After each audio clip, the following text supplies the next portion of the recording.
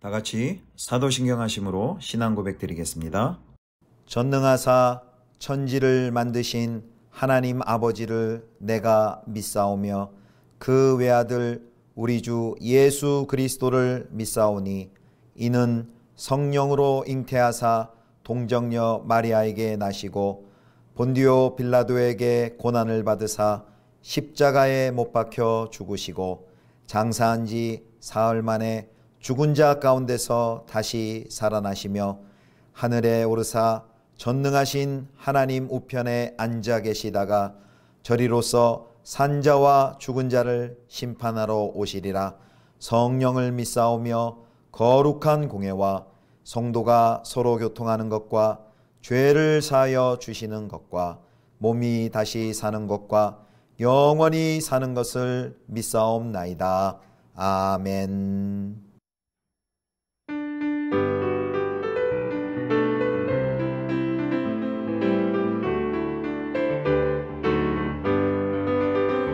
내가 매일 기쁘게 순례의 길 행함은 주의 팔이 나를 안보함이요 내가 주의 큰 복을 받는 참된 비결은 주의 영이 함께함이라 전에 죄에 빠져서 평안함이 없을 때 예수 십자가의 공로 힘입어 그 발 아래 엎드려 참된 평화 얻음은 주의 영이 함께함이라 성령이 계시네 할렐루야 함께하시네 좁은 길을 걸으며 밤낮 기뻐하는 것 주의 영이 함께함이라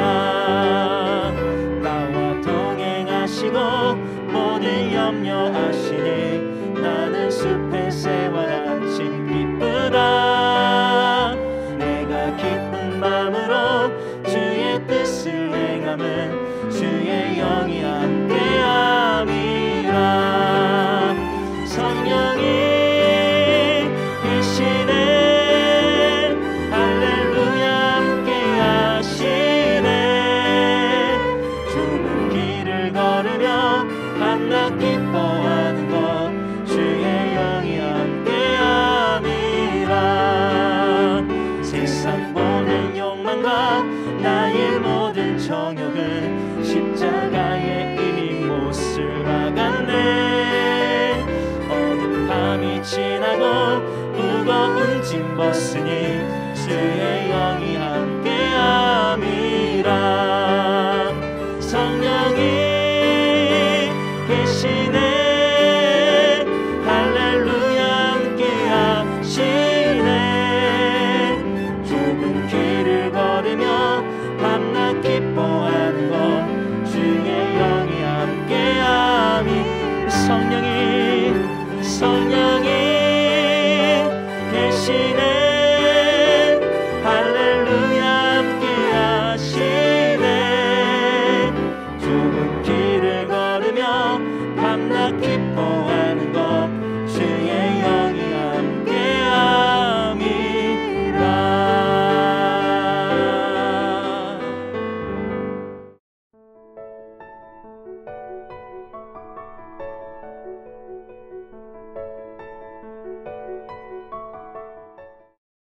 너는 이스라엘 자손 중 내 형 아론과 그의 아들들 곧 아론과 아론의 아들들 나답과 아비후와 엘르아살과 이다말을 그와 함께 내게로 나오게 하여 나를 섬기는 제사장 직분을 행하게 하되 내 형 아론을 위하여 거룩한 옷을 지어 영화롭고 아름답게 할지니 너는 무릇 마음에 지혜 있는 모든 자 곧 내가 지혜로운 영으로 채운 자들에게 말하여 아론의 옷을 지어 그를 거룩하게 하여 내게 제사장 직분을 행하게 하라.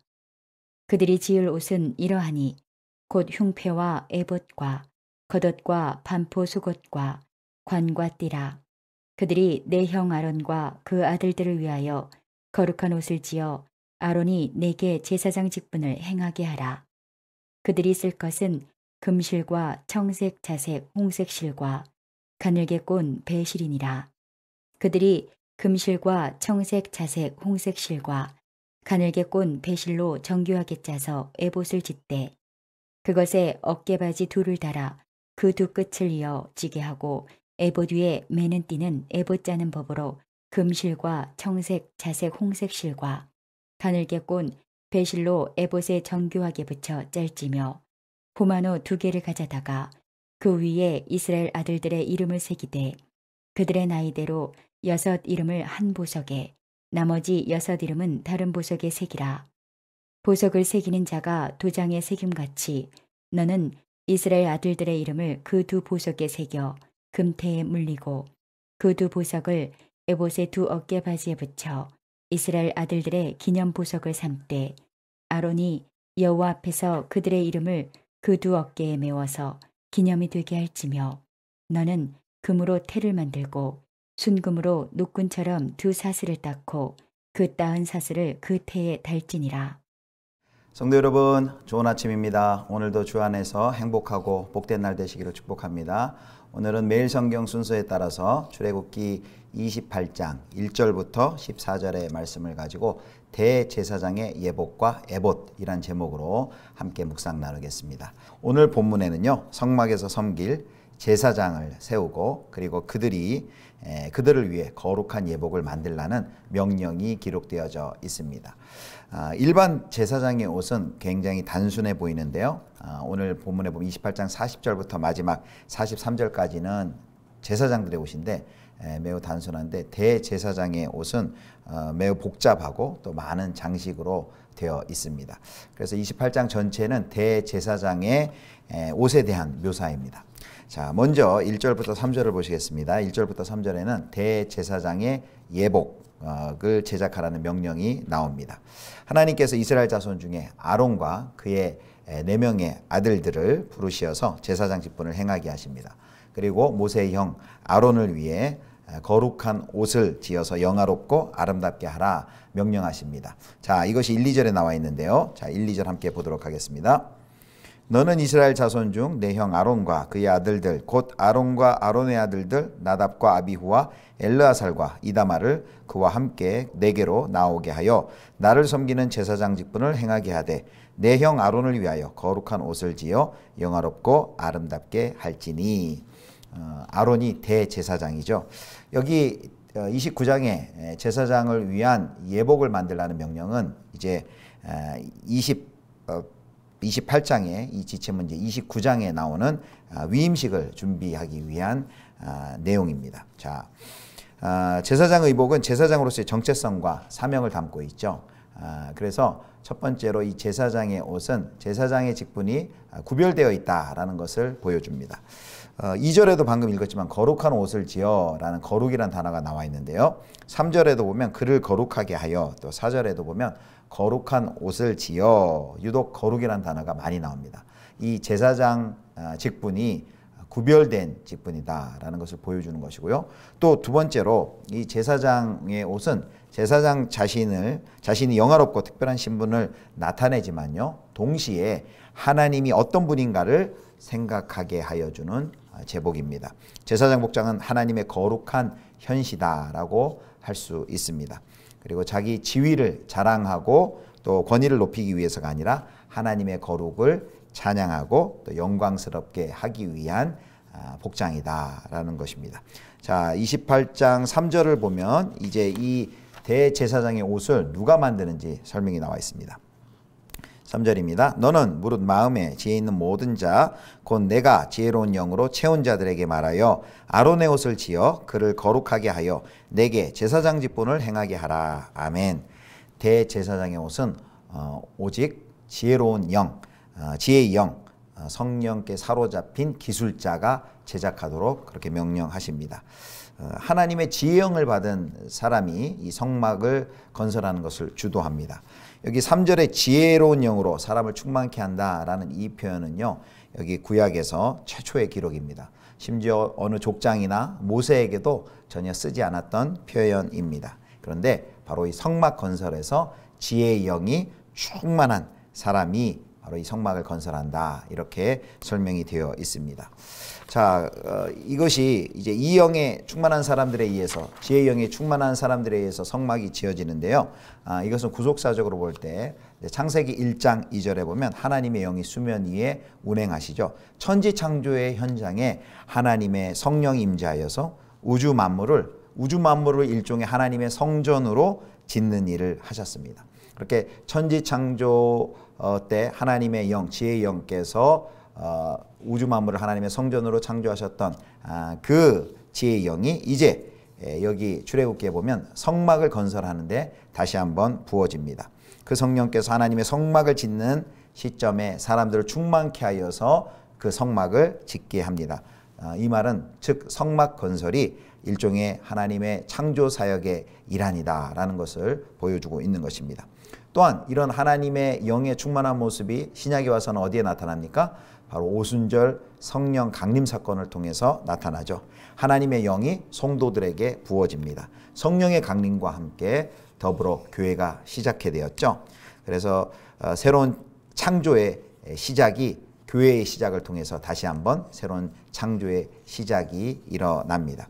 그래서 하나님의 영을 받은, 성령을 받은 성도들은 그리스도의 몸된 성전으로서 이제 교회 건설의 이 사명을 받게 됩니다. 신약시대 이제 왕같은 성령을 받은 사람들이 왕같은 제사장의 사명을 이제 감당하게 되는 것이죠. 자, 이제 두 번째는 이 대제사장의 옷의 제작자와 옷의 종류와 이제 재료에 대해서 설명을 쭉 하는데요. 옷의 제작자에 대해서는 방금 3절을 통해서 살펴봤고요. 이제 4절에 보면 그 지혜의 영이 충만한 제작자들이 만드는 그 제사장이 입을 옷들의 종류가 쭉 나옵니다. 자, 4절 보겠습니다. 그들이 지을 옷은 이러하니 곧 흉패와 에봇과 겉옷과 반포 속옷과 관과 띠라. 그들이 내 형 아론과 그 아들들을 위하여 거룩한 옷을 지어 아론이 내게 제사장 직분을 행하게 하라. 아멘. 흉패부터 시작해서 이제 겉에서부터 시작해가지고요. 에봇, 겉옷, 반포 속옷 하고 이렇게 점점 안으로 들어가는 식으로 묘사를 해놓습니다. 그리고 이렇게 제사장의 예복의 재료가 5절에 소개가 됩니다. 5절 봅니다. 그들이 쓸 것은 금실과 청색, 자색, 홍색 실과 가늘게 꼰 배 실이니라. 아멘. 여기 쓰이는 여러 가지 이제 색깔의 실이 나오죠. 특별히 대제사장의 옷에 사용된 그 재료 보면 청색, 자색, 홍색 실, 가늘게 꼰 배 실이 나옵니다. 이 실들은 모두 이 앞서 26장에 성소를 덮는 휘장에도 쓰였고 또 성소와 지성소를 구분하는 휘장에도 26장에 보면 사용이 되었습니다. 성막을 지을 때 썼던 그 재료들을 동일하게 대제사장의 옷을 지을 때도 사용됐다는 점을 우리가 기억해야 됩니다. 그런데 성막을 지을 때 썼던 금이 있습니다. 그런데 그 금과 대비하여서 대제사장의 옷에도 금실이 에봇을 제작하는 데 쓰입니다. 성소에는 금 기물들의 금이 쓰였다면 이 대제사장의 예복에서는 바로 대제사장이 입는 에봇에 그것이 사용되었다는 것입니다. 자, 28장 6절 보십시오. 그들이 금실과 청색, 자색, 홍색 실과 가늘게 꼰 배실로 정교하게 짜서 에봇을 짓되. 이 금실은 가장 비싼 실인데요. 그것이 에봇을 제작하는 데 사용되었고 또 이 에봇에 술을 놓는 방법도 매우 정교한 기술이 사용됩니다. 그래서 8절을 한번 보겠습니다. 28장 8절을 보면요. 에봇 위에 매는 띠는 에봇 짜는 법으로 금실과 청색, 자색, 홍색 실과 가늘게 꼰 배실로 에봇에 정교하게 붙여 짤지며. 에봇이 얼마나 고귀한 중요한 물건인지 얼마나 또 거룩한 거룩의 등급이 높은지를 보여주고 있습니다. 그래서 흔히 이 에봇을 대제사장 의복의 지성소라고 그렇게 이야기를 합니다. 대제사장 의복도 세 단계로 구분할 수 있거든요. 속옷이 있고 그 다음에 겉옷 있고 그 다음에 에봇을 입습니다. 그런데 성막의 구조가 어떻게 되어 있습니까? 마당이 있고 내성소가 있고 지성소가 있죠. 그러니까 가장 깊은 지성소의 부분이 말하자면 대제사장이 입는 옷 중에서는 에봇입니다. 그래서 대제사장의 옷은 마치 성막을 축소한 것과 같은 그런 역할을 하고 있습니다.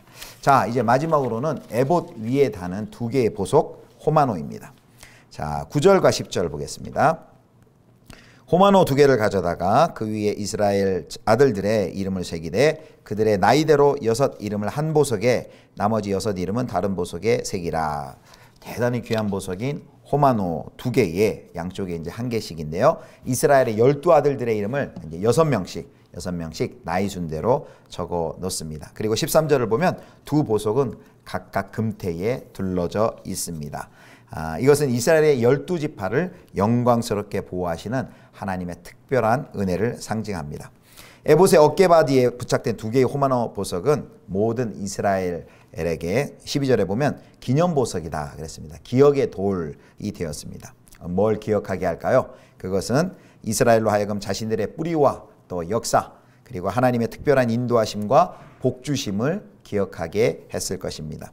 하나님께서 이와 같이 자기 백성을 보석과 같이 여기고 보배롭고 존귀하게 여긴다라는 것을 알려주었습니다. 그래서 이스라엘 백성들은 그 대제사장 에봇을 입고 그 에봇에 있는 2개의 호마노를 볼 때마다 자신들이 이와 같은 특별한 보배와 같은 민족이다라는 것을 깨우치고 상기했을 것입니다. 자, 사랑하는 성도 여러분, 하나님께서 이스라엘 백성을 잊지 않기 위해서 대제사장의 에봇 위에 2개의 호마노 위에 그 이스라엘 족속들의 아들들의 이름을 기록한 것을 볼 수 있습니다. 이사야 49장 16절에도 자기 백성을 잊지 않으시고 그들을 자기의 손바닥에 새겼다라고 말씀을 하십니다. 하나님이 자기의 택한 백성들을 잊지 않으시고 보배롭고 존귀하게 여긴다. 저와 여러분 우리 성도님들을 보배롭고 존귀하게 여기시는 하나님이심을 여러분 꼭 기억하시기를 바랍니다. 오늘 이제 말씀을 정리하면요. 구약의 대제사장에게 하나님께서 이렇게 화려하고 장엄하고 멋진 아름다운 옷을 입혀 주었다면 이제 신약의 성도들은 이제 새로운 제사장인데요. 우리들에게는 무엇을 입혀 주었습니까? 거룩한 새 옷을 입혀 주었습니다. 그것이 바로 갈라디아 3장 27절에 나와 있는 그리스도로 옷 입음입니다. 자, 갈라디아 3장 27절 봅니다. 누구든지 그리스도와 합하기 위하여 세례를 받은 자는 그리스도로 옷 입었느니라. 예수 그리스도를 통해 구원받은 하나님의 백성들은 그리스도로 옷 입었다 그럽니다. 에베소 4장 24절 보겠습니다. 하나님을 따라 의와 진리의 거룩함으로 지으심을 받은 새 사람을 입으라. 옛 제사장들이 거룩한 옷으로 하나님을 드러냈다면 이제 새 제사장인 우리는 예수님을 닮은 삶, 의롭고 거룩한 삶으로 우리와 함께 하시는 하나님을 드러내야 할 제사장의 사명을 받았습니다. 오늘 하루도 그리스도로 옷 입고 하나님의 거룩함을 드러내는 구별된 하나님의 백성으로 사시는 저와 여러분 되시기를 주님의 이름으로 축원합니다. 기도하겠습니다. 거룩하신 하나님, 우리에게도 영광스럽고 아름다운 그리스도로 옷을 입게 하여 주심을 감사드립니다. 거룩히 구별된 모습으로 하나님을 섬기는 자가 되게 하여 주옵소서. 우리 구주 예수 그리스도의 이름으로 기도드립니다. 아멘. 주님 가르쳐 주신 기도하겠습니다. 하늘에 계신 우리 아버지여, 이름이 거룩히 여김을 받으시오며 나라의 임하옵시며 뜻이 하늘에서 이룬 것 같이 땅에서도 이루어지이다. 오늘날 우리에게 일용할 양식을 주옵시고 우리가 우리에게 죄지은 자를 사하여 준 것 같이 우리 죄를 사하여 주옵시고 우리를 시험에 들게 하지 마옵시고 다만 악에서 구하옵소서. 대개 나라와 권세와 영광이 아버지께 영원히 있사옵나이다. 아멘.